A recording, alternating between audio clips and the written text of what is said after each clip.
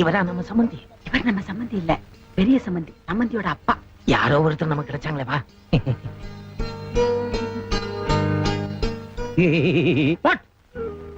எங்க பையன் பண்ணது தப்பு தாங்க. I know. மன்னிப்பு கேட்கலாம்னு வந்தவங்க. No need. சாமி என்ன சொல்றீங்க? You get out. ஐயருங்கன்னா ஐயருங்க தான். 2 இழுப்புக்கு மேல இழுத்தும் பார்த்ததில்ல, 2 வார்த்தைக்கு மேல பேசியும் கேட்டதில்ல. இது ஒட்டவே ஒட்டாது. உங்க பையனால அக்ரஹாரத்துல இருக்கிற அத்தனை பேரும் நேத்தே என்ன காரி துப்பிட்டான். நீங்களும் ஏதாவது பாக்கி வச்சிருக்கீங்களா? சிவ சிவா, இத பாருங்க, இது என் தொழில். இந்த தொழில் மேல சத்தியமா சொல்றேன், இன்னைக்கும் சரி என்னைக்கும் சரி எந்த ஒரு ஐயருக்கும் பழிபாப நினைச்சதே இல்லைங்க. எங்க அப்பாரும் ஒரு பெரிய பண்டிதர் தானுங்க. 1000 பசுமாட்டை கொல்றதும் சரி, ஒரு ஐயருக்கு துரோகம் பண்றதும் சரி, ரெண்டும் ஒண்ணுதான் படிச்சு படிச்சு சொல்லிருக்காருங்க. ஆமாங்க, உங்களை சாமின்னு கூப்பிட வேண்டிய என் வாயால என் மகன் சம்பந்தி அப்படின்னு கூப்பிட வச்சுட்டானேங்கிறத நினைக்கும் போது எனக்கு கீழே இருந்து மேல வரைக்கும் பத்திக்கிட்டு எரியுதுங்க. சரி சரி போங்க. சாமி சாமி, ஒரு சின்ன விண்ணப்பமுங்க. என்னது? ஏதாவது பரிகாரம் பண்ணமுன்னா கூடுறதுக்கு வழி இருக்குதுங்களா? கூடுறதுக்கா? இல்ல, தப்போ ரைட்டோ தாலியை கட்டிவிட்டானுங்களே, அதனால கேக்குறேன். கூறு கட்டவள, சாணியும் சந்தனமும் ஒண்ணாயிடு மாடி. ஏன் ஆக முடியாது? சாணிய பிள்ளையாரா பிடிச்சு வைக்கும் போது சந்தனத்தில் தானே பட்டு வைக்கிறோம். இந்த பாரு, இந்த தத்துவம் எல்லாம் பேசிக்கிட்டு இருந்த செருப்பால அடிப்பேன். இன்னைக்கு உனக்கு கண்ணு தெரியறதே இந்த ஐயர் கொடுத்த காசுனால தாண்டி. அதுக்காக என்ன? அதுக்காக நம்ம யாருங்கிற இல்ல, யாரு நாம எங்க இருக்கணுமோ அங்க தாண்டி இருக்கணும் இல்லைங்க சாமி? அது சரியா? ஐயரு காசையோ பணத்தையோ நரகல்ல போட்டிருந்தாருன்னா போனா போதும் விட்டுடலாம். காலையில விட்டுப்புட்டாரு, வெட்டிக்குவா முடியும்? கொஞ்சம் கொஞ்சமா சுத்தமா கழுவி உருவிக்க வேண்டியதுதான். இன்னைக்கு இல்லைனாலும் இன்னும் 6 மாசத்துல ஐயர் நம்ம பையனை சேர்த்திக்குவாரு. ஓஹோ, ஐயருக்கு இருக்கிறது ஒரே பொண்ணு, அதோட வாழ்க்கை சீரழிஞ்சிடக்கூடாதுங்கிறதுக்காக அப்படி ஒரு பெருந்தன்மையான முடிவுக்கு வருவாருங்கறியா? ஆமா, அதேதான். இதோ சும்மா வளவளன்னு பேசிட்டு இருக்காதே. உண்மையிலேயே நீங்க நேக்கு உபகாரம் செய்யணும்னு நினைச்சா உங்க பிள்ளையாண்டான கூட்டிண்டு இப்பவே இந்த ஊரை விட்டே போயிடுங்க.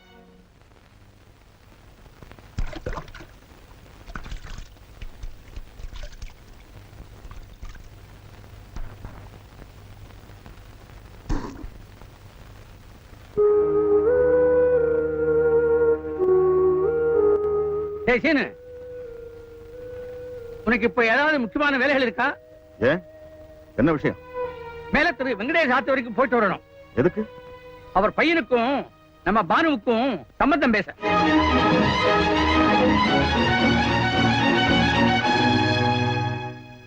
நோக்கு சாஸ்திர சம்பிரதாயம் முக்கியமா படலாம், ஆனால் நேக்கு என் பேட்டின் வாழ்க்கைதான் முக்கியம். ஏற்கனவே நடந்த அசிங்கம் போதும், நீங்க புதுசா ஒரு அசிங்கத்தை பண்ண வேண்டும். வாய மூடுற. ஒரே ஒரு சத்தியத்துல பானுவின் வாக்கிய மொத்தத்தையும் சர்வநாசம் பண்ணி தொலைச்சுட்டியே. இது உனக்கு அசிங்கமா தோணல? என்ன பரிகாரம் பண்ண போற? ஒண்ணும் இல்ல, அவளை நினைச்சு நாம எல்லாரும் புழுங்கி புழுங்கி சாகணும். அதான் இந்த ஆத்து தலையெழுத்து பிரம்ம லிபி. இதுதான் நீ படிச்ச சாஸ்திரம். ஆமா, ஒரு நாட்டுக்கு கேடு வரும்னா ஒரு ஊரையே இழக்கலாம், ஒரு ஊருக்கு கேடு வரும்னா ஒரு குடும்பத்தையே இழக்கலாம், ஒரு குடும்பத்துக்கு கேடு வரும்னா அதுல ஒரு மனுஷாலை இழக்கலாம். இதுதான் மனு தர்மம். சாஸ்திர சம்பிரதாயங்களை காப்பாத்துறதுக்காக நான் என் பொண்ணை இழக்கிறேன். இதுல தப்பு இல்லை.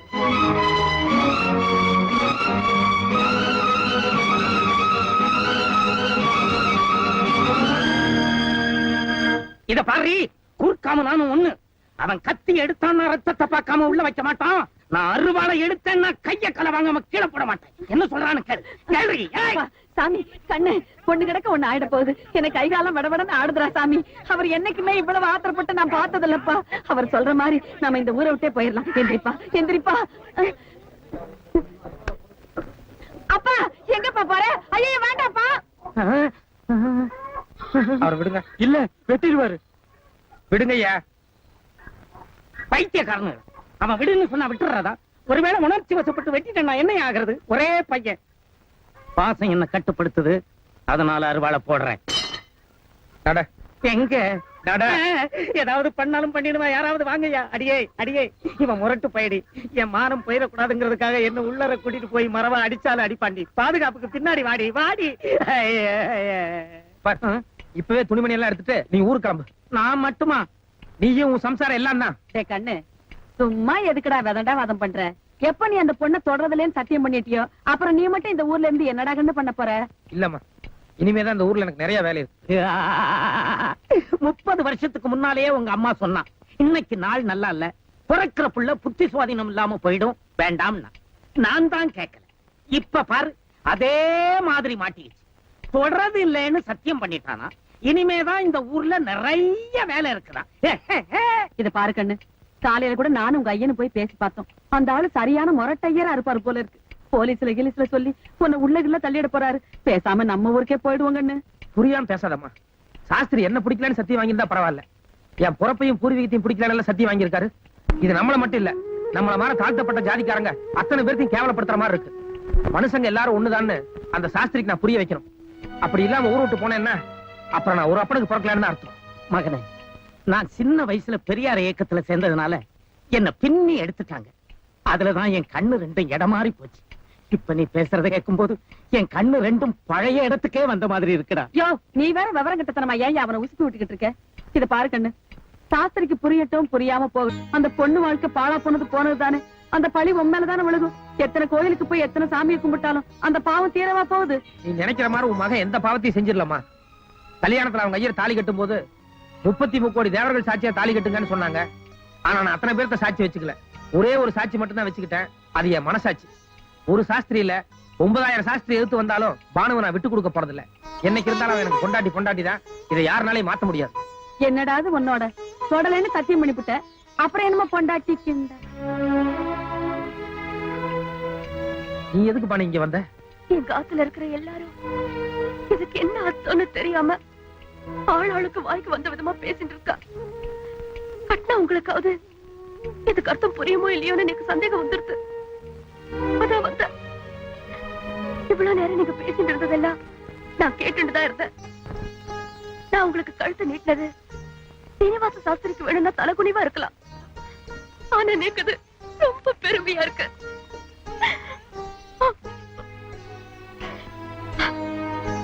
மாடி முதல்ல வீட்டுக்கு வந்துட்டு வாசல நின்னு அழுதுகிட்டு இருக்கேம்மா. உள்ள வாடி கண்ணு. வேண்டாம். இது பாருமா, பானு பத்தி எனக்கு நல்லா தெரியும். நான் என்ன சொல்றேனோ அதான் அவளுக்கு வேத வாக்கு. நிச்சயமா என் வார்த்தையை மீறி அவ இந்த வாசப்படிக்குள்ள நுழைய மாட்டான்.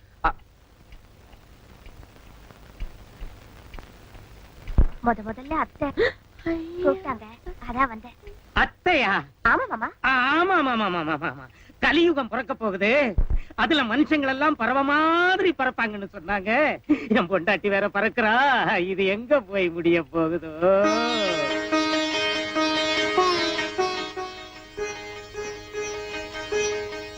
இருமா என்னங்க வாங்க. இந்த வீட்டுல சக்தி சிவன் எல்லாமே ஒண்ணுதான். நீ அங்கேயே விடு. மகராசி அருமா, கொஞ்சம் இரு, பிடிக்கிறதுக்கு ஏதாவது கொண்டாரு. இரு, ஒரு பாய் தலகாணி போட்டு பால் பழம் இதெல்லாம் வச்சுட்டீங்கன்னா சேர்ந்தாப்புல சாந்தி முகூர்த்தம் பாத்திரலாம். போ, அதுக்கு என்ன விளையாடுற நீ? ஏய், நீ வீட்டுக்கு போ. அத்தை என்னமோ சாந்தி முகூர்த்தம். ஆரஞ்சு பல்லுகள் எல்லாம் கழட்டி போடுவேன். தாலி கட்டியாச்சு, இனிமே ஐயர் பிள்ளை எல்லாம் பார்க்க மாட்டேன். போடி. டீயா? ஏன் என்ன? இல்ல, எங்க ஆளுங்க தான் அது அதிகமா யூஸ் பண்ணுவாங்கன்னு பார்த்தேன். எல்லா பக்கமும் ஒரே மாதிரி தான் இருக்கு. அத்தை வர மாமா. என்னப்பா, வீட்டுக்கு வந்த பொண்ணுக்கு குடிக்கிறதுக்கு ஏதாவது கொடுத்து அனுப்பிச்சிருக்கலாம். யாரடி இவ சுத்த விவரம் புரியாதவளா இருக்கா? கொஞ்ச நேரத்துக்கு முன்னால நீ தானே முரட்டையர்னு சொன்ன. இந்த பொண்ணு இங்க வந்துட்டு போற சமாச்சாரம் அந்த ஆளுக்கு தெரிஞ்சது.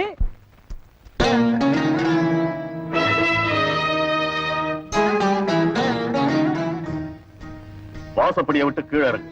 அப்பா, இறங்கி தெருவில் நில்லடி. அம்புஜா, இங்கதானே இருக்கேன். ஒரு குடத்துல ஜலம் கொண்டு வா. எதுக்குண்ணா? அந்த பொண்ணு செத்து போயிட்டா 10 பண்ணுவோம்ல, அதுக்குதான்.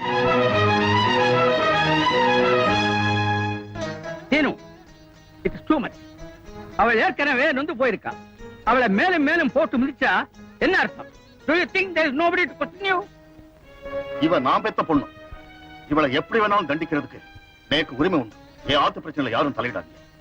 ஓஹோ, நீங்க உங்க தோப்பனார் கிட்ட சொல்ற அதே பதில நான் திருப்பி சொல்றேன். என் ஆத்துக்கார பாக்கிறதுக்காக நான் போனேன். இதுல தலையிட உங்களுக்கு என்ன உரிமை இருக்கு? இல்லடி, என்னையோட எல்லா உறவும் அறுந்து போச்சு. ஆனா அக்ரஹார மொத்தத்துக்கு அது தெரிய வேண்டாம்.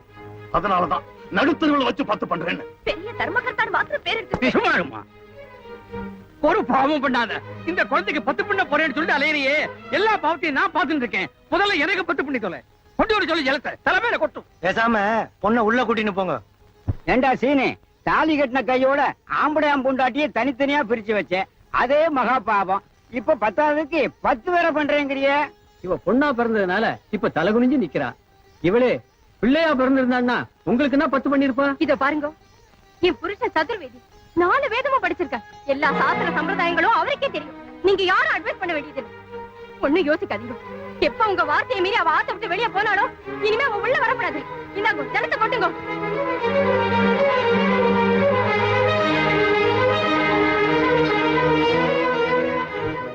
ஈஸ்வரன் சாட்சியா, இனி உனக்கும் எனக்கும் இருக்கிற எல்லா உறவும் அறுந்து போச்சு.